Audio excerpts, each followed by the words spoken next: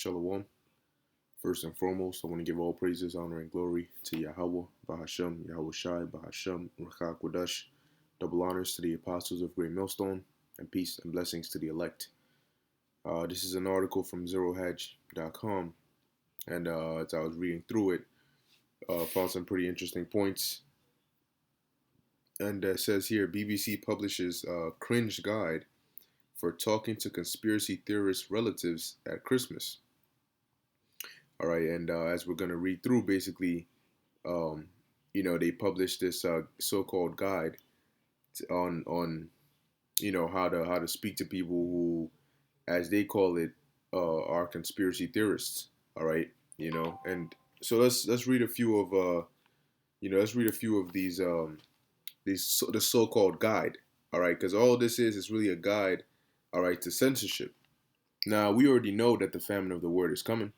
Okay, we already know that the time is coming very soon where the Lord is going to take us off these streets. All right, he's gonna basically cleave, metaphorically, he's gonna cleave our tongues to the roof of our mouths. All right. Now that means that what we're not gonna be able to reprove, all right, rebuke, or to explain to you people what's going on. All right, the time is gonna come when the bulk of people are gonna be looking for answers. But that's when the Lord is going to take away his prophets, and he's going to take away his truth. All right. And then those who have it, have it. Those who don't. Going into the parable of the 10 virgins, 5 being wise and 5 being foolish. So it says here, the British Broadcast Corporation, the bastion of all that is proper and right, has published a handy Christmas guide for how to talk down to relatives who believe in nasty conspiracy theorists or conspiracy theories, and it's a huge sack of cringe. So it says, all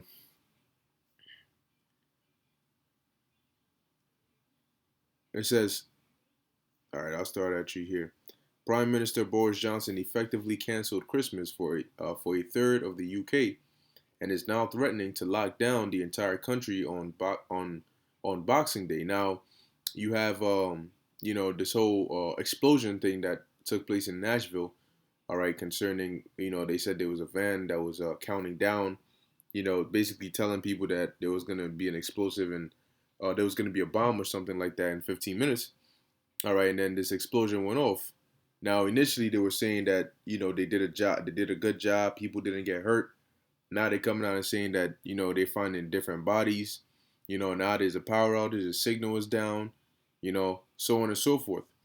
Okay, now of course we know that there's a story behind the cover story. Okay, and is this the beginning of their false flags? Or wherever they're trying to take it, we're gonna have to wait and see. Okay, so it says that is not enough to for the woke state broadcaster. However, which clearly feels it needs to instruct Brit NPCs on how to debunk the dangerous misinformation being spread by their unmutual uncles and disharmonious descendants. All right, so you can, as you're reading through, or as we're reading through, the parts highlighted in bold is basically from the article that BBC published, the so-called guide on how to speak to conspiracy theorist relatives. All right, and this article is basically responding to that. So it says, how should you talk to friends and relatives who believe in conspiracy theories? All right, it says you're dreading the moment as your uncle passes the roast potatoes. He casually mentions that the C19 vaccine will be used to inject microchips into our bodies to track us. Okay, the 5-point guide outlines adding, or maybe it's that point when a friend after a couple of pints, starts talking about how C19 doesn't exist. All right, and basically they're given, examples as though, oh, this is a scenario here, and it's like a commercial. A commercial start off, are you tired of slamming your finger every time you do construction? Is there too much space under your door? Is it cold outside? Try our new product, that kind of thing. All right, so you can see that's what they're doing. Are you tired of hearing conspiracy theories from your long lost uncle and all this, that, and the third. Well, here's a nice 5 point guide on how to talk to them. All right.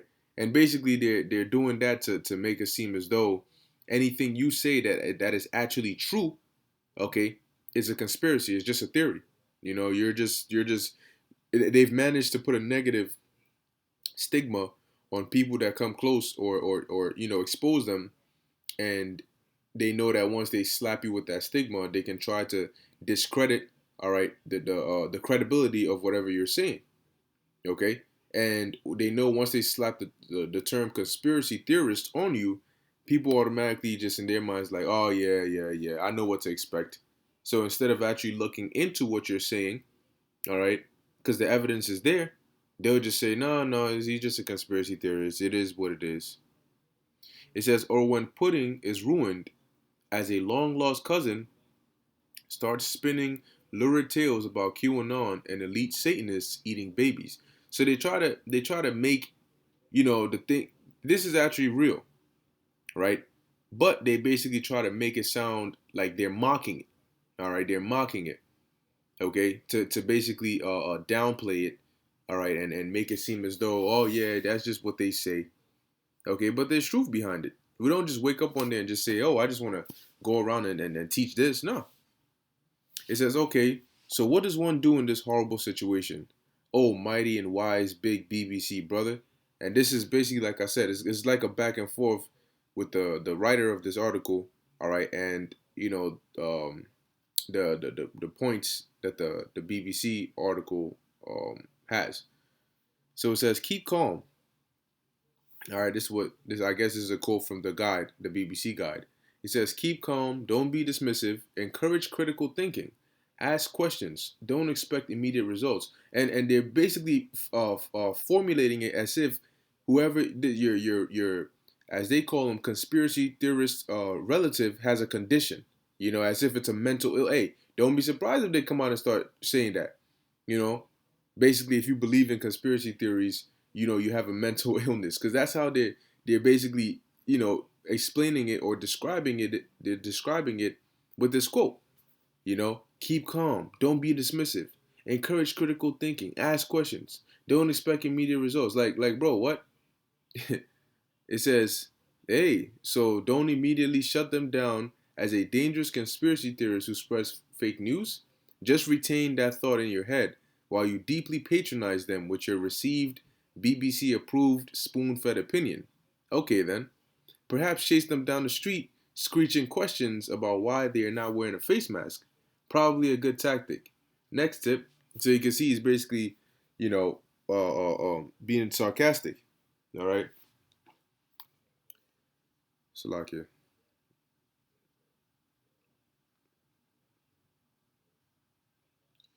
All right, he's basically being sarcastic with him. Okay, now let's keep going. It says, people who believe conspiracy theories often say, I do my own research. Well, how dare they believe something not published by the BBC? How bloody awful. The problem is that their research tends to consist of watching fringe YouTube videos, following random people on Facebook, and cherry picking evidence from biased Twitter account. All right, and basically, like I said, they're trying to downplay the content, the truth of what we actually say, and then they just say, oh yeah, they're just conspiracy theories. This is what they do. They say they do their own research, but really they just watch fringe YouTube videos and follow random people on Facebook. And do you know the studying that we do? And this is another way for them to attack. It's part of information warfare. All right, they try to stigmatize you in a negative and then put you in a negative light. Okay, but at the end of the day, man, what we say is actually true, because you know what? We don't just go and follow random people on Facebook and so on and so forth. We tie everything back to the scriptures. Okay, so are you gonna discredit the Bible too?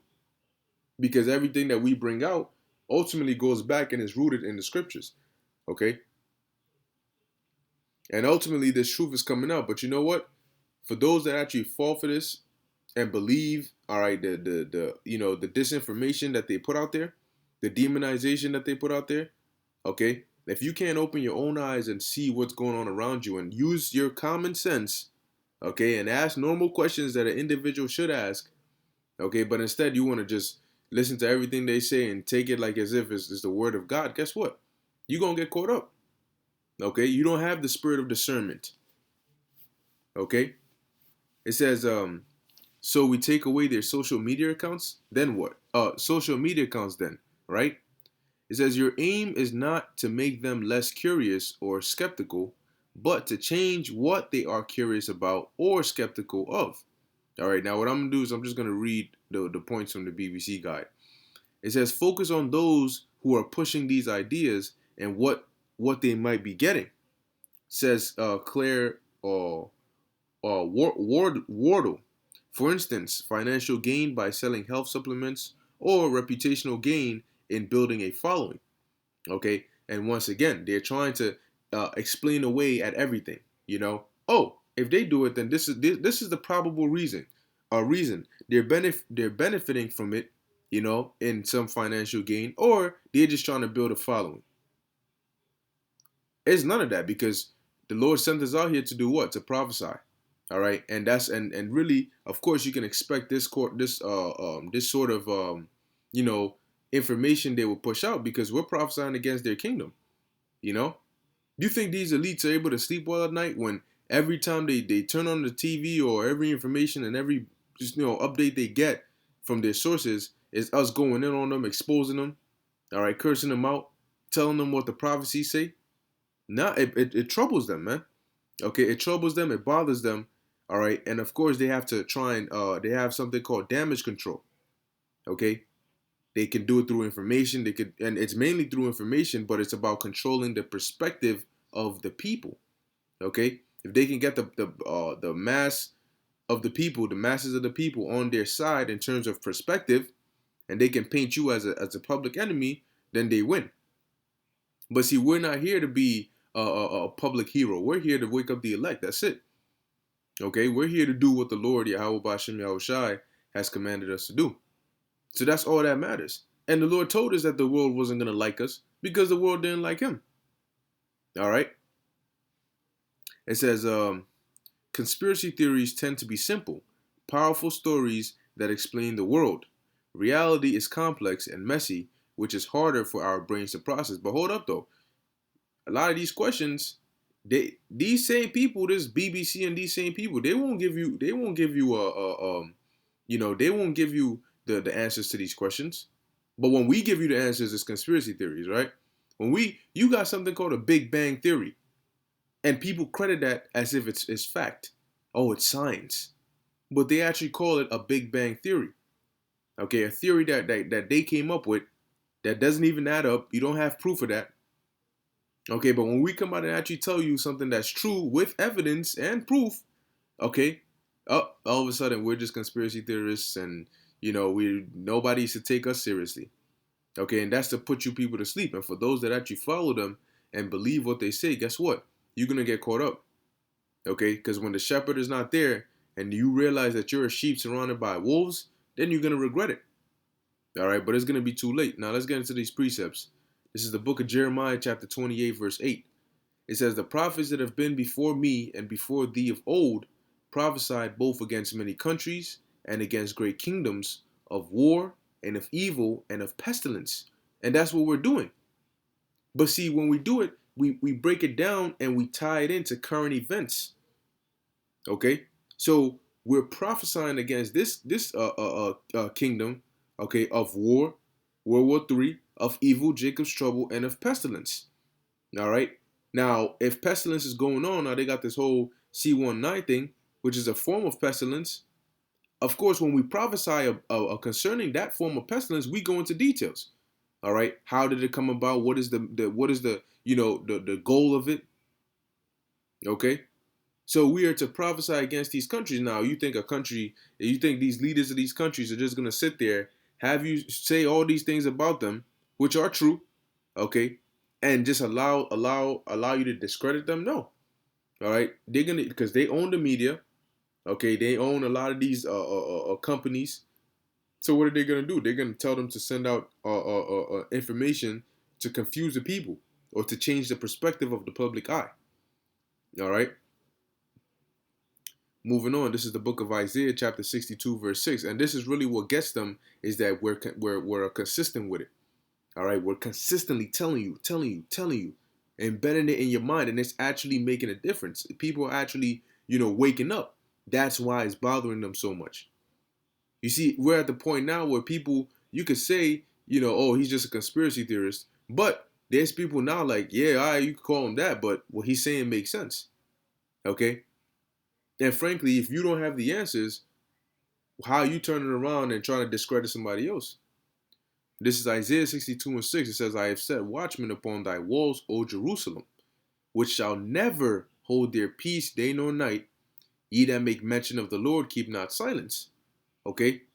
So, as watchmen, okay, we're not supposed to hold our peace. And a part of prophesying this truth is being labeled a conspiracy theorist. See, they have conspired against us, pursuant to Psalms 83.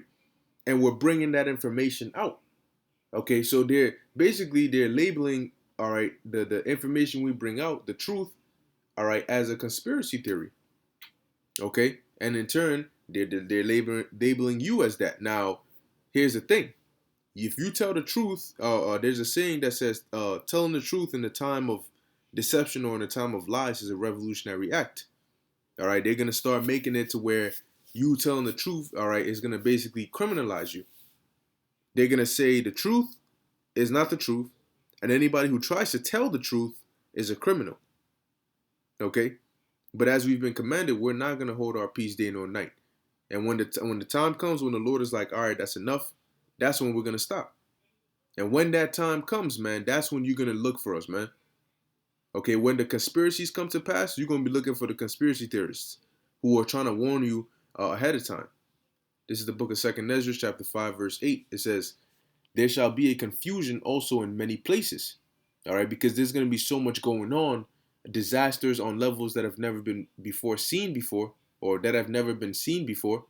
Okay, that people are going to be confused. They're not going to know what to do. They're not going to know what's going on. They're not going to know where to go. And Esau's not going to be able to explain everything. It says, and the fire shall be oft sent out again. See, when the Lord starts having these supernatural things happen on the earth, how do you explain that? How do you when the Lord starts blessing his men with spiritual power, how do you explain that? What are you gonna say? We're Satanists, we're demons, we're aliens, we're mutants from X-Men. We jumped out of a TV show. What are you gonna say? It says, and wild beasts shall change their places, and menstruous women shall bring forth monsters, and salt waters shall be found in the sweet. Okay? And so guess what? Your whole world is about to be turned upside down. The things that you could go to seek pleasure in right now you're gonna find the opposite there. And all friends shall destroy one another, then shall wit hide itself, and understanding withdraw itself into his secret chamber. Why? Because when wit and understanding was out here, you called it conspiracy theorists, or conspiracy theories. Okay? It says, and shall be sought of many, and yet not be found. Then shall unrighteousness and incontinency be multiplied upon earth. And that goes into basically unbridled lust, unruled desires, just no chill. Okay, it says, verse 11, one land also shall ask another and say, is righteousness that maketh a man righteous gone through thee? And it shall say, no. At the same time shall men hope, but nothing obtain. They shall labor, but their ways shall not prosper. So people are going to be looking for the truth. They're going to be looking for answers. And they're going to be looking for the men of the Lord. All right, but you're not going to find this, man. All right, you're going to reap what you sow. And a lot of you, as it tells you in the book of 2nd Ezra, the 9th chapter, okay, when a place of repentance was opened unto you, you understood it not, but you despised it. Okay? And so a lot of you are going to have to go through that judgment. You're going to have to go through what comes with the decisions that you've made. All right. So I just wanted to bring that out real quick. I found this article pretty interesting, and this is all just a part of the propaganda that they're bringing, man. Okay. So with that, I hope you were edified. We're almost out of here. As you can see, these prophecies coming to pass. So we just got to keep on pushing. All right. Strive and cross that finish line. All right. Once you on them chariots, you can relax. But before then, you got to keep on giving your diligence to make your calling and election sure. In closing, I want to give all praises, honor, and glory to Yahweh, Bahashem, Yahweh Shai, Bahasham Rakha Kodash. Until next time, Shalom.